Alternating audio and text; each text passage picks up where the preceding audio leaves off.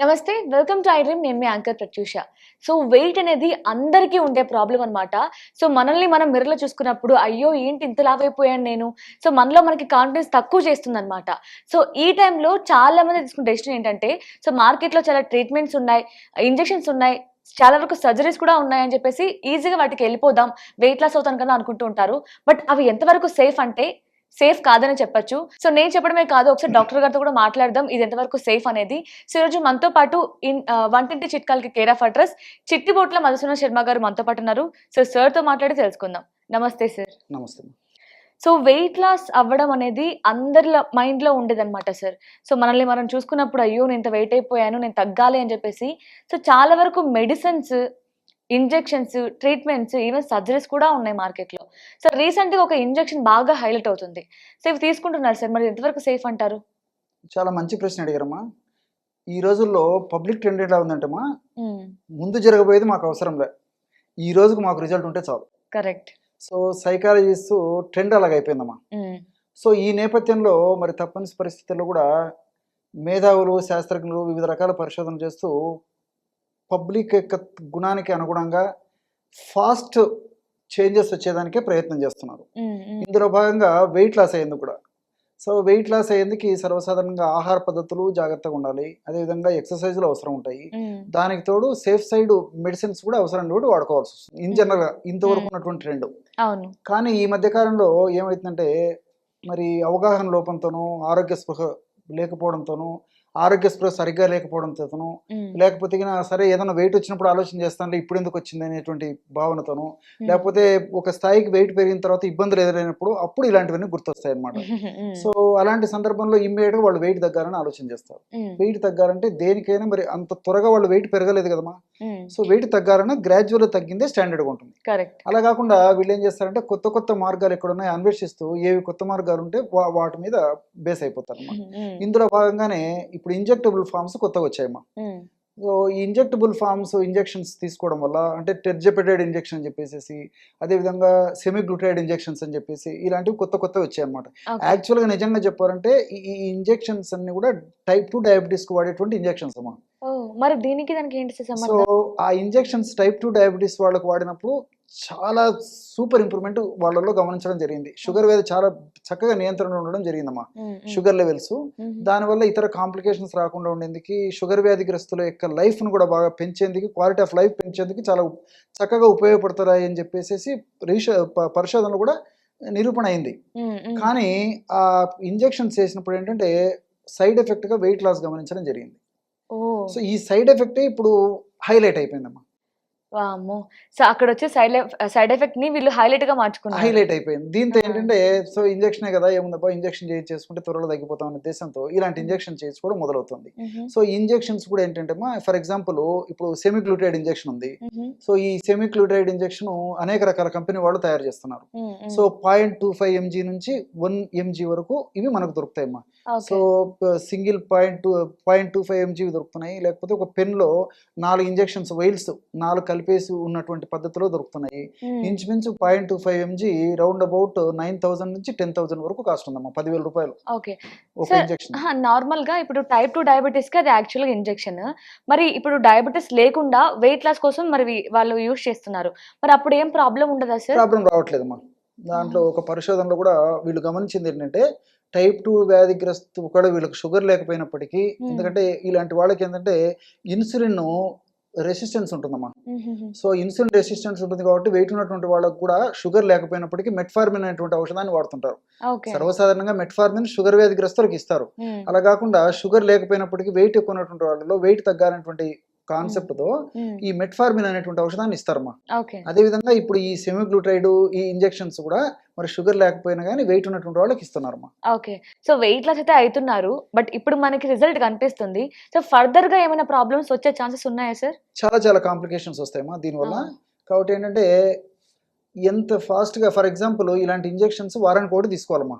వారానికొక రోజు. Every week ఒక injection తీసుకోవాలి. ఓహ్! 0.25 ఎంజీ ఇంజెక్షనే కాస్ట్ వచ్చేసి రౌండ్ అబౌట్ 10,000 రూపీస్ అమ్మా. ఓహ్! అంటే దాదాపు 0.25 ఎంజీ ఇంజెక్షన్స్ 4 తీసుకోవాలని 40,000 రూపాయలు అవుతుంది ఆ! నెలకి. హ్మ్. మీకు బ్రీఫ్గా చెప్తాను చూడండి. ఓకే. సర్వసాధారణంగా షుగర్ ఇది సర్వసాధారణంగా వెయిట్ తగ్గారంటే చిన్న డోస్ సరిపోదమ్మా. ఈవెన్ 0.5, 7.5 దాదాపు 1 mg వరకు కూడా ఇవ్వాల్సి వస్తుంది అవసరాన్ని బట్టి. ఆ కాస్ట్ మనం ఊహించలేము. కొంతమంది డబ్బుకు వెనకాడకుండా ఈ బాధ మాకెందుకు వచ్చిందబ్బా, డబ్బు ఊపినట్టు ఉప్పముకొని బతుకుతాం కదా అనేటువంటి కాన్సెప్ట్తో ఏదో కష్టపడి సంపాదించుకోవచ్చులే నేను వెయిట్ తగ్గాలనేటువంటి ఉద్దేశంతో డబ్బు కూడా వెనకాడడం లేదమ్మా. సో ఇంత కాస్ట్ ఎఫెక్ట్ పెట్టేసేసి వాళ్ళు ఇంజెక్షన్ చేయించుకొని నెలకు దాదాపు 3 kg 4 kg తగ్గిపోయినప్పటికీ అప్పటికి వాళ్ళు అప్పటికన్నా జాగ్రత్తలు పాటిస్తే వెయిట్ పెరగకుండా కంట్రోల్ చేసుకోవచ్చుమా. అలా కాకుండా ఏది పడితే తిని, ఎక్కడ పడితే ఎక్కడ తిని, ఎప్పుడు పడితే అప్పుడు తిని, మరి లైఫ్ స్టైల్ మాడిఫికేషన్స్ లేకపోతే యథా రాజా తదా ప్రజ నేనున్నానంటూ మళ్ళీ ఇంత ఒటిడింత అయిన చందాన మళ్ళీ మొదలైపోతుందమ్మా. సో కాబట్టి ఏమంటే తాత్కాలికంగా ఈ ఇంజెక్షన్స్ వల్ల ఉపయోగం ఉంటుంది తప్ప లాంగ్ టర్మ్లో మాత్రం ఉపయోగం ఉండదు. ఇంకోటి అంటే కొంతమందికి లాంగ్ టర్మ్ ఇంజెక్షన్స్ ఇలాంటి వాడుకోవడం వల్ల డిప్రెషన్ అయ్యేటువంటి కూడా పరిస్థితి కూడా ఉందమ్మా. ఇది కూడా మనకు పరిశోధనలో నిరూపితమైందన్నమాట. సో డిప్రెషన్ వచ్చిందంటే ఇంకా దాని బాధ ఎంత ఉంటుందో మీకు చెప్పనక్కర్లేదు. దీనికి తోడు కొంతమందికి సైడ్ ఎఫెక్ట్స్ లో భాగంగా ఈ తలనొప్పి, అదేవిధంగా ఒళ్ళు నొప్పులు, వాంతులు, విరేచనాలు, కొంతమందికి మలబద్ధకము ఇలాంటి సమస్యలు కూడా కలగవచ్చు. అయ్యో, ఏమంటారు, ఒకదాని కోసం వెళ్తే ఇన్ని తల తెచ్చుకుంటారు అనమాట. ఓకే. తర్వాత ఇంకోటి ఏంటంటే దీంట్లో ఉన్నటువంటి ప్లస్ గురించి కూడా మనం చెప్పుకోవాలి, అడ్వాంటేజెస్. ఈ ఇంజెక్షన్స్ రాకముందు యాక్చువల్గా ఈ బెరియాటిక్ సర్జరీ విపరీతంగా పాపులర్ ఉండేది. అదేవిధంగా లైపోసెక్షన్ మెథడ్స్ పాపులర్ గా ఉండేవి. కానీ ఇంజెక్షన్స్ వచ్చిన తర్వాత మరి బెరియాట్రిక్ సర్జరీస్ ఆల్మోస్ట్ తగ్గిపోయినాయని చెప్పుకోవచ్చు మా. ఓకే. సో కాస్ట్ ఎఫెక్టివ్ చూసుకుంటే మరి ఇంచుమించు బిరియాటిక్ సర్జరీ కూడా విపరీతంగా ఖరీదుతో కూడినటువంటి సర్జరీస్ అవన్నీ. సో ఫలితాల పరంగా చూస్తే మరి బెరియాట్రిక్ సర్జరీ వల్ల ఎంత ఫలితం కలుగుతుందో ఇంజెక్షన్ వల్ల అంత ఫలితం కలుగుతుంది. అదే విధంగా ఇప్పుడు లైపోసెక్షన్ మెథడ్ కూడా లైపోసెక్షన్ కూడా కొంచెం ఖరీదైనటువంటిది. సో దాంతో పోల్చుకుంటే దాంట్లో ఎంత రిజల్ట్ ఉందో ఈ ఇంజెక్షన్ వల్ల ఇంత రిజల్ట్ వస్తుంది. ఎక్కువ మంది మక్కువ చూపడానికి ఇదో కూడా కారణమా. జస్ట్ కాస్ట్ ఇంకా ఏమంటారు సర్జరీ కాకుండానే అంత పెయిన్ తీసుకోవాలి. ఇంజెక్షన్ అయితే చిన్న 1 second లో అయిపోతుంది కదా. సో సర్జరీ వెళ్తే 1 month వరకు మనం రెస్ట్ తీసుకోవాలి, అన్నీ ఉంటాయి. బట్ అన్ని విధాలుగా ఇది బెటర్ అని దీనికి వెళ్తున్నారు అనమాట. అవునమ్మా. కాబట్టి చాలా మందికి అవగాహన లేకపోవడం చేత, ఆరోగ్య స్పృహ సరిగ్గా లేకపోవడం చేత ఇవి చేస్తారు. కానీ మరి దీర్ఘకాలం పాటు వాడుకోవడం వల్ల ఇలాంటి అనేక ప్రాబ్లమ్స్ వస్తాయి. కాబట్టి ఏదైనా నేను మొదట్లో చెప్పినట్టు ఆహార పరంగా జాగ్రత్తలు అవసరము, కొన్ని రకాల ఎక్సర్సైజ్ చేయాలి. అదేవిధంగా మరి ఆ వెయిట్ మెయింటైన్ చేసుకోవాలన్నా, వెయిట్ తగ్గాలన్నా మరి కార్బోహైడ్రేట్ ఫుడ్ తగ్గించేసి fast food, junk food, bakery foods, ice creams ఇలాంటి తగ్గించేసి ప్రోటీన్ ఫుడ్, ఫైబర్ ఫుడ్ ఇలాంటి మంచిగా తీసుకోవడం వల్ల, సహజ సిద్ధమైనటువంటి ప్రకృతిసిద్ధమైనటువంటి ఆహారం తీసుకోవడం వల్ల మన దేహానికి ఎలాంటి హాని అపకారం జరగకుండా దేహానికి అన్ని రకాల మేలే జరుగుతూ చక్కటి ఆరోగ్యం మన సొంతం అవుతుందమ్మా. ఓకే. సో ఫైనల్ గా నాకు డౌట్ వచ్చింది ఏంటంటే, ఇప్పుడు ఒకవేళ ఈ ఇంజెక్షన్ తీసుకున్నారు, ఒక 1 month 2 months 3 months వరకు వాడారు సార్. సో వెయిట్ అయితే లాస్ అయ్యారు. బట్ ఏంటంటే హెల్దీ లైఫ్ స్టైల్ మెయింటైన్ చేస్తాం, ఆపేస్తే మళ్ళీ వెయిట్ గెయిన్ అయ్యే ఛాన్సెస్ ఏమైనా ఉన్నాయా? హెల్దీ లైఫ్ స్టైల్ మెయింటైన్ చేసినా కూడా ఇంజెక్షన్ ఆపేయడం వల్ల? ఇంతవరకు దానికి సంబంధించినటువంటి మనకు రిపోర్ట్స్ అయితే లేవు. కాబట్టి జనరల్గా అయితే ఒక్కసారి వెయిట్ తగ్గిన తర్వాత వాళ్ళు పట్టుదలతో ఒక యజ్ఞంలాగా, దీక్షలాగా మళ్ళీ పెరగకూడదు, మళ్ళీ ఇంజెక్షన్స్ చేయించుకునేటువంటి పరిస్థితి వరకు నాకు రాకూడదు, సైడ్ ఎఫెక్ట్స్ రాకూడదు అనేటువంటి పద్ధతిలో వాళ్ళు ఇవిగిన ఫాలో అవుతే జనరల్గా 190% వరకు ఎలాంటి ఇబ్బంది లేకపోవచ్చు నేను అనుకుంటున్నాను. సో టైప్ 4 వరకు, టైప్ 4 డయాబెటీస్ వరకు ఉంటాయని అందరికీ తెలుసు సార్. బట్ రీసెంట్ టైమ్స్ లో టైప్ 5 డయాబెటీస్ కూడా వస్తుంది అని వింటున్నాం. అసలు ఏంటి సార్ ఈ టైప్ 5 డయాబెటీస్ అంటే? సో ఎంఆర్ డయాబెటీస్ అంటారమ్మా. అంటే malnutritive relative diabetes mellitus అని చెప్పేసి.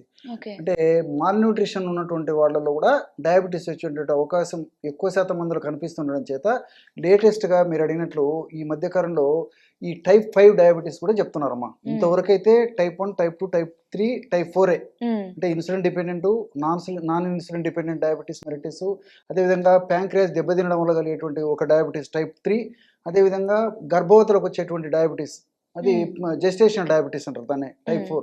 ఇప్పుడు టైప్ 5 అనేది mall nutritive relative diabetes mellitus అమ్మా. అంటే దేహంలో కొన్ని రకాలైనటువంటి మాల్ న్యూట్రిషన్ యొక్క ప్రభావం చేత ఈ డయాబెటీస్ వస్తూ ఉంటుంది. వీళ్ళకి ఆ మాల్ న్యూట్రిషన్ మనం సరిదిద్దగలిగితే ఆ యొక్క డయాబెటీస్ యొక్క ప్రాబ్లం కూడా తగ్గిపోయేటువంటి అవకాశం ఉంటుంది. వీళ్ళకి ఒకవేళ ఇన్సులిన్ వాడవలసినటువంటి పరిస్థితి ఏర్పడినా చాలా తక్కువ ఇన్సులిన్ వాడినా సరిపోతుందమ్మా. ఓకే. ఓకే. సో మరి దీనికి మీరు ఎప్పుడు అన్ని అనారోగ్య సమస్యలకి వంటింటి చిట్కాలు చెప్తూ ఉంటారు. మరి టైప్ 5 డయాబెటీస్కి ఏమైనా చిట్కాలు ఉన్నాయా సార్? ఓకే. ఏ డయాబెటీస్ కన్నా ఇన్సులిన్ డిపెండెంట్ డయాబెటీస్ అయితే ఒకవేళ ఇన్సులిన్ వాడుతూ ఇప్పుడు మనం చెప్పుకోవేటువంటి ఔషధాలు వాడుకోవడం వల్ల చాలా చక్కటి ఫలితాలు కలిగేటువంటి అవకాశం ఉంటుంది. మరి ఇన్సులిన్ డిపెండెంట్ కాకుండా మిగతా డయాబెటీస్ ఏవైనా ఇప్పుడు నేను చెప్పబోయేటువంటి ఔషధం చాలా అద్భుతంగా పనిచేస్తుందమ్మా. ఓకే. దీనికి కావలసినటువంటి పదార్థాలు 4. సో వంటింటి వైద్యం అడిగారు కాబట్టి వంటింట్లో దొరికేటువంటి పదార్థాలతోనే చెప్తానమ్మా. తప్పకుండా సార్. సో మెంతులను వేయించేసేసి పౌడర్ చేసేసి ఒక 50 గ్రాములు మెంతుల పౌడర్ తీసుకోవాలి. సో మెంతుల గురించి చెప్పుకోవాలంటే దాదాపు ఇట్స్ ఓషన్ అమ్మా. షుగర్ కి దీనికి ఇంత లింక్ ఉందని చెప్పడానికి టైం కూడా సరిపోదు అనమాట. అంత వ్యాస్ట్ సబ్జెక్ట్ ఉంది. సో వివిధ ప్రాంతాల్లో అదేవిధంగా వివిధ దేశాల్లో జరిగినటువంటి పరిశోధనలో కూడా ఈ డయాబెటీస్ వ్యాధిని బాగా చక్కగా నియంత్రించగలిగేటువంటి అద్భుతమైనటువంటి ఔషధ గుణాలు రసాయన తత్వాలు మెంతుల సొంతం అని చెప్పేసి కూడా తెలియజేయడం జరిగిందమ్మా. అదేవిధంగా హైదరాబాద్లో జాతీయ పోషకాహార సంస్థ వాళ్ళు కూడా అనేక సంవత్సరాలు ఈ మెంతుల పైన పరిశోధన చేసి ఈ షుగర్ వ్యాధికి చక్కగా నియంత్రణలో ఉంచదగ్గ ఔషధం ఈ మెంతులు అని చెప్పేసి కూడా చెప్పడం జరిగిందమ్మా. షుగర్ వ్యాధి రాకుండా ఉండేందుకు, వచ్చిన వ్యాధి త్వరగా నియంత్రణలో ఉండేందుకు, భవిష్యత్తులో ఇతర ఉపద్రవాలు రాకుండా ఉండేందుకు కూడా మెంతులు ప్రత్యక్షంగా పరోక్షంగా ఉపయోగపడతాయని చెప్పేసి కూడా రాకుండా ఉండేందుకు కూడా ఇది కొంతవరకు ఉపయోగపడతాయమ్మా మెంతులు. అలాంటి మెంతులను కాస్త వేయించేసేసి చూర్ణంలాగా తయారు చేసుకొని 50 గ్రామ్స్ తీసుకోవాలి. అట్లే పసుపు కొమ్ములు తెచ్చి దంచేసేసి పౌడర్ తయారు చేసేసి ఆ యొక్క పసుపు కొమ్ములు దంచి తయారు చేసినటువంటి స్వచ్ఛమైనటువంటి పసుపు పొడి ఒక 50 గ్రాములు తీసుకోవాలమ్మా.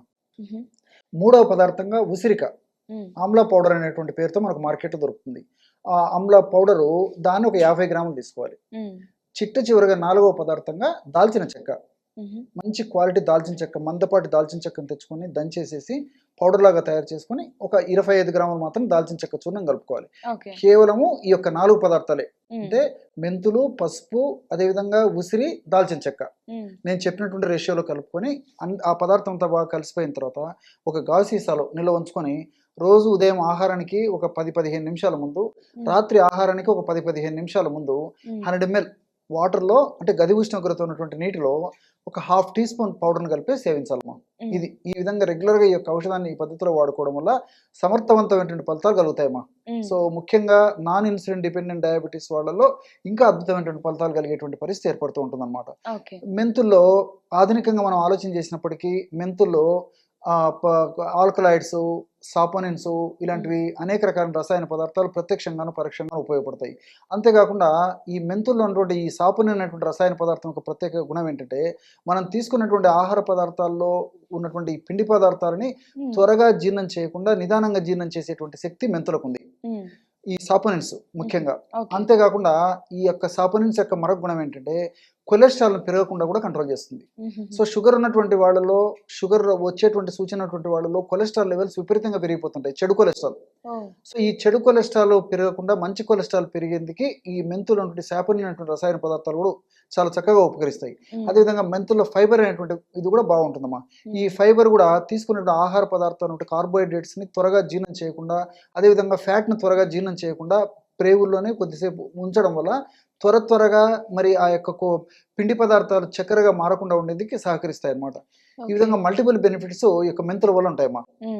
అదేవిధంగా ఈ పసుపులో కుర్కుమిన్ అనేటువంటి రసాయన పదార్థం ఉంటుందన్నమాట. ఈ కుర్కుమిన్ అనేటువంటి రసాయన పదార్థము, ఇతర రసాయన పదార్థాలు ఉన్నటువంటి ఈ పసుపును వాడుకోవడం వల్ల పసుపు ఇన్సులిన్ యొక్క సెన్సిటివిటీని పెంచుతుంది అనమాట. అంటే మీరు బాగా గమనించి ఉంటారమ్మా, వివిధ కారణాల రీత్యా ఈ మధ్య కాలంలో ప్రపంచవ్యాప్తంగా కూడా షుగర్ వ్యాధి గ్రస్తులు ఏం జరుగుతుందంటే, బాడీలో తగినంత ఇన్సులిన్ ఉన్నప్పటికీ సరిగ్గా పనిచేయడం లేదు. సో ఇన్సులిన్ సెన్సిటివిటీని పెంచుతుంది, అంటే రెసిస్టెన్స్ అనమాట ఇదంతా. ఈ ఇన్సులిన్ రెసిస్టెన్స్ ను తగ్గించేసి ఇన్సులిన్ సెన్సిటివిటీని ఎప్పుడైతే పెంచుతుందో అప్పుడు రక్తంలో ఉన్నటువంటి ఈ షుగర్ కణంలోకి చకచక వెళ్ళిపోతుంది, కాబట్టి రక్తంలో షుగర్ కంట్రోల్ అయిపోతుంది. సో ఈ విధంగా కూడా ఈ పసుపు ఉపయోగపడుతుంది. అంతేకాకుండా డయాబెటీస్ వ్యాధిగ్రస్తుల్లో మరి వయస్సు వచ్చిన తర్వాత కొంతకాలానికి మెదడుకు సంబంధించిన సమస్యలు వస్తుంటాయమ్మా. అంటే మతిమరుపు, ఆల్జిమర్స్ అనేటువంటి చెప్పబడేటువంటి ఒక సమస్య, పార్కిన్సన్స్ సమస్య, తర్వాత ఈ పెరాలసిస్, ఇలాంటి అనేక రకాల సమస్యలు వస్తుంటాయి అనమాట. సో మెదడు యొక్క ఆరోగ్యాన్ని చక్కగా కాపాడేందుకు కూడా ఈ పసుపులో కుర్కుమిన్ అనేటువంటి రసాయన పదార్థం చాలా ఉపయోగపడుతుంది. కాబట్టి మధుమేహ వ్యాధిని నియంత్రణలో ఉంచడమే కాకుండా మెదడుకు సంబంధించినటువంటి వ్యాధులు, రక్తనాళాలకు సంబంధించినటువంటి వ్యాధులు రాకుండా ఉండేందుకు కూడా ఈ యొక్క పసుపులో ఉన్నటువంటి కుర్కుమిన్ ఉపయోగపడుతున్నామా. ఇది ఒక బెనిఫిట్. 3వ పదార్థంగా ఉసిరిక ఇన్సులిన్ ప్రొడక్షన్ కు బాగా ఉపయోగపడుతుంది. అదేవిధంగా ఇన్సులిన్ యొక్క ప్రొడక్షన్ బాగా ఉపయోగపడమే కాకుండా ఇన్సులిన్ యొక్క రెసిస్టెన్స్ని తగ్గించి ఇన్సులిన్ సెన్సిటివిటీని పెంచేందుకు కూడా ఉపయోగపడుతుంది. మరొక ముఖ్యమైనటువంటి దీని యొక్క ఉపయోగం ఏంటంటే ఈ ఉసిరిలో సి విటమిన్ ఎక్కువగా ఉంటుందమ్మా. సో డయాబెటీస్ వ్యాధిగ్రస్తుల్లో సి విటమిన్ లోపం చేత చిన్న చితక వాటికే వ్యాధిగ్రస్తులు అయిపోవడము, అనేక రకాలైనటువంటి ఇతర అనేక అనారోగ్య సమస్యలు చుట్టుముట్టడం జరుగుతుంటుంది అనమాట. ఈ సి విటమిన్ ఉన్నటువంటి ఈ యొక్క ఉసిరిని మనం వాడుకోవడం వల్ల షుగర్ వ్యాధికి ఉపయోగపడమే కాకుండా బాడీలో రెసిస్టెన్స్ పవర్ను పెంచుతామా. ఎప్పుడైతే బాడీలో రెసిస్టెన్స్ పవర్ను పెంచుతుందో ఈ బ్యాక్టీరియా దాడి నుంచి, అదేవిధంగా ఈ వైరస్ల దాడి నుంచి, ఫంగస్ అనేటువంటి ఇతర అనేక రకాలైనటువంటి క్రిముల యొక్క దాడి నుంచి రక్షింపబడమే కాకుండా అనేక జబ్బులు రాకుండా ఉండేందుకు, అదేవిధంగా మరి ఈ యొక్క చిన్న వయస్సులోనే వృద్ధాప్య లక్షణాలు రాకుండా ఉండేందుకు, ఇన్ఫ్లమేషన్ అనేటువంటి ప్రక్రియను బాగా తగ్గించేందుకు ఇలా మల్టిపుల్గా ఈ యొక్క ఉసిరికి ఉపయోగపడుతుందమ్మా. దాల్చిన చెక్క అనేటువంటి సినమాల్డిహైడ్, సినమిక్ యాసిడ్, సిసమిక్ యాసిడ్ ఇలాంటివన్నీ కూడా మరి షుగర్ వ్యాధిని చక్కగా నియంత్రించడమే కాకుండా మరి షుగర్ వ్యాధి వల్ల భవిష్యత్తులో ఇతర ఉపద్రవాలు రాకుండా కూడా ఉపయోగపడుతుందమ్మా. అంతేకాకుండా షుగర్ వ్యాధి వచ్చినటువంటి వాళ్ళలో షుగర్ వ్యాధి వచ్చినటువంటి వాళ్ళలో నరాలు బాగా దెబ్బతింటుంటాయమ్మా. ఈ నరాలు దెబ్బతినకుండా కాపాడేందుకు, నరాలను చైతన్యవంతంగా ఆరోగ్యవంతంగా ఉంచేందుకు దాల్చిన చెక్కలో ఉన్నటువంటి సినమాల్డిహైడ్, సిసమిక్ యాసిడ్ అనే రసాయన పదార్థాలు ఉపయోగపడతాయి. షుగర్ వ్యాధిగ్రస్తుల్లో కొన్ని సంవత్సరాల తర్వాత మరి ఎక్కువ శాతం మంది ఏమవుతుందంటే కాళ్ళు చేతులు మంటలు, అదేవిధంగా తిమ్మిర్లు రావడము, మొద్దుబారిపోవడము ఇలాంటి లక్షణాలు కలుగుతుంటాయి. ఈ దాల్చిన చెక్క ఉన్నటువంటి ఈ సినమిక్ యాసిడ్, సిసమిక్ యాసిడ్ ఇలాంటి సినమాల్డిహైడ్ వీటితో పాటు కౌమారిన్స్ అనేటువంటి పదార్థాలు కూడా ఉన్నాయి కాబట్టి ఇవన్నీ కూడా ప్రత్యక్షంగా పరోక్షంగా బ్లడ్ సర్క్యులేషన్ పెంచడమే కాకుండా నరాలకు మంచి చైతన్య శక్తిని కలుగజేసేసి నరాలు ఆరోగ్యవంతంగా ఉంచేందుకు, నరాల చుట్టూ ఉన్నటువంటి మైలిన్ షీత్ని ఆరోగ్యవంతంగా ఉంచేందుకు ఉపయోగపడతాయి కాబట్టి నరాలు కూడా బాగా శక్తివంతంగా ఉండేందుకు ఉపయోగపడతాయమ్మా. కాబట్టి మల్టిపుల్ బెనిఫిట్స్ ఈ ఫార్ములాలు ఉంటాయి కాబట్టి వాళ్ళు వాడేటువంటి ఆధునిక కృత్రిమ రసాయన ఔషధాలు వాడుతూ కూడా ఈ యొక్క ఔషధాన్ని వాడుకోవడం వల్ల అన్ని సైడ్ బెనిఫిట్స్ ఉంటాయి, ఎలాంటి సైడ్ ఎఫెక్ట్స్ కూడా ఉండవమ్మా. ఓకే, అంటే మెడిసిన్ తీసుకుంటూ కూడా ఇది మనం యూస్ వాడాలమ్మా. ఏం ప్రాబ్లం రెండు వాడుకోవడం వల్ల మరొక ప్రయోజనం ఏంటంటే ఆధునిక కృత్రిమ రసాయన ఔషధాల యొక్క డోస్ కూడా బాగా తగ్గించుకోవచ్చు. సో దానివల్ల వాటి యొక్క సైడ్ ఎఫెక్ట్స్ కూడా బాగా తగ్గించుకోవచ్చు. ఎందుకంటే ఇంగ్లీషు మందుల యొక్క ఎక్కువ వాడే కొద్దీ, డోస్ పెంచే కొద్దీ, ఇతర ఔషధాలు తోడి చేసే కొద్దీ సైడ్ ఎఫెక్ట్స్ కూడా ఎక్కువ ఉంటాయి కాబట్టి మరి తప్పని పరిస్థితుల్లోనే వైద్యుడు కూడా అలాంటి వాడతారు కాబట్టి మరి అలాంటి సైడ్ ఎఫెక్ట్స్ తక్కువగా మనం పొందాలంటే ఇలాంటి ఔషధాలు వాడుకోవడం చాలా చాలా మంచిది. ఆ సైడ్ ఎఫెక్ట్స్ ని ఇది కంట్రోల్ చేస్తూ ఇంకా ఎక్కువ బెనిఫిట్స్ ఇస్తుంది. మల్టిపుల్ బెనిఫిట్స్ ఉంటాయి. సో మరి ఎంత కాలం వరకు యూజ్ చేయాలి సార్ ఇది? అంటే మనకి డయాబెటీస్ తగ్గిపోయే వరకు యూజ్ చేస్తూనే ఉండాలా, అంటే ఒక 1 month 2 months వాడిన తర్వాత ఆపేయచ్చు? ఇది రెగ్యులర్ గా వాడుకోవడం చాలా చాలా మంచిదమ్మా. కాబట్టి ఎందుకంటే డయాబెటీస్ అనేది lifestyle disorder. So lifestyle modification జరిగినంత వరకు డయాబెటీస్ మనల్ని అనుసరించి ఉంటుంది కాబట్టి సో డయాబెటీస్ ని ఎటువంటి పరిస్థితుల్లో రక్తంలో మరి చక్కెరను పెరగనివ్వకుండా ఉండాలి కాబట్టి దీన్ని నియంత్రణలో ఉంచుకోదగ్గ వ్యాధి కాబట్టి నియంత్రణలో ఉంచుకోవాలంటే ఇలాంటి ఔషధాలు తప్పకుండా వాడుకోవాలమ్మా. Okay okay. సో మీరే అంటున్నారు కాబట్టి డయాబెటీస్ అంటే మనకి జీవితకాలం ఉంటూ ఉంటుంది. అది మరి ఈ చిట్కాలని మెడిసిన్ రెండు యూజ్ చేసుకుంటూ ఉంటే నియంత్రించవచ్చు సార్? కొన్ని సంవత్సరాలు, కొన్ని నెలలకి నియంత్రించవచ్చు. తర్వాత ఎలాంటి కాంప్లికేషన్స్ కూడా రాకుండా చాలా వరకు అవాయిడ్ చేయొచ్చమ్మా. కాబట్టి ఇతరులు ఎలాంటి ఆనందకరమైనటువంటి ఆహ్లాదకరమైన జీవితాన్ని గడపగలరు, డయాబెటీస్ వ్యాధిగ్రస్తులు కూడా మనసులో అలాంటి ఎలాంటి కొరత లేకుండా చక్కటి జీవితాన్ని వాళ్ళు సొంతం చేసుకోవచ్చు. Nice sir. అంటే డయాబెటీస్ అంటే ఏదో భయపడిపోతూ ఉంటారు, నాకు డయాబెటీస్ ఉందని తెలియగానే మరి టైఫాయిడ్ అనే కొత్తగా వచ్చింది, దీనివల్ల ఎలాంటి ప్రాబ్లమ్స్ ఉంటాయో మాకు అని భయపడే వాళ్ళకి స్టార్టింగ్ లోనే మన వంటింట్లో ఉండే చిట్కాలతోనే ఒక మంచి పరిష్కారం చెప్పారు. Thank you so much sir. నమస్తే. సో చూసారు కదా, మీరు కూడా హాస్పిటల్స్లో ఎక్కువగా ఖర్చు పెట్టి మీరు హాస్పిటల్ చుట్టూ తిరిగే బదులు ఆ మెడిసిన్ యూజ్ చేస్తూ కూడా ఈ చిట్కాని యూజ్ చేయడం వల్ల ఏంటంటే మీకు సైడ్ ఎఫెక్ట్స్ రాకుండా ఉంటాయి. సో వచ్చే సైడ్ ఎఫెక్ట్స్ని కూడా మీరు నియంత్రించవచ్చు. సో మీకు ఏమైనా హెల్త్ ప్రాబ్లం ఉంది, సో డైరెక్ట్గా సార్తో మాట్లాడాలి, మీ డౌట్స్ని క్లియర్ చేసుకోవాలి అంటే కామెంట్ చేయండి. Thank you so much for watching. And for more videos, please subscribe to iDream. Please subscribe to iDream. Please subscribe iDream. And please subscribe to iDream. For more videos, subscribe to iDream. please like, share and subscribe to the channel. Congratulations, iDream. Subscribe to iDream. Subscribe to iDream. So subscribe to iDream Media. iDream ki iDream team andarki huge congratulations. Please subscribe iDream Media. Please subscribe to iDream. Subscribe iDream. Please subscribe to iDream. iDream అంటే నా కళల channel subscribe చేసుకున్న నోరు తిరుగుతలేదు, మీరైతే గంట గుర్తు కొట్టండి. For more such videos, please subscribe to iDream. Subscribe to iDream. Please subscribe to iDream. Please subscribe iDream Media. Please do subscribe to iDream. Please subscribe to iDream Media. For best entertainment and information, please subscribe iDream. And don't forget to subscribe to iDream.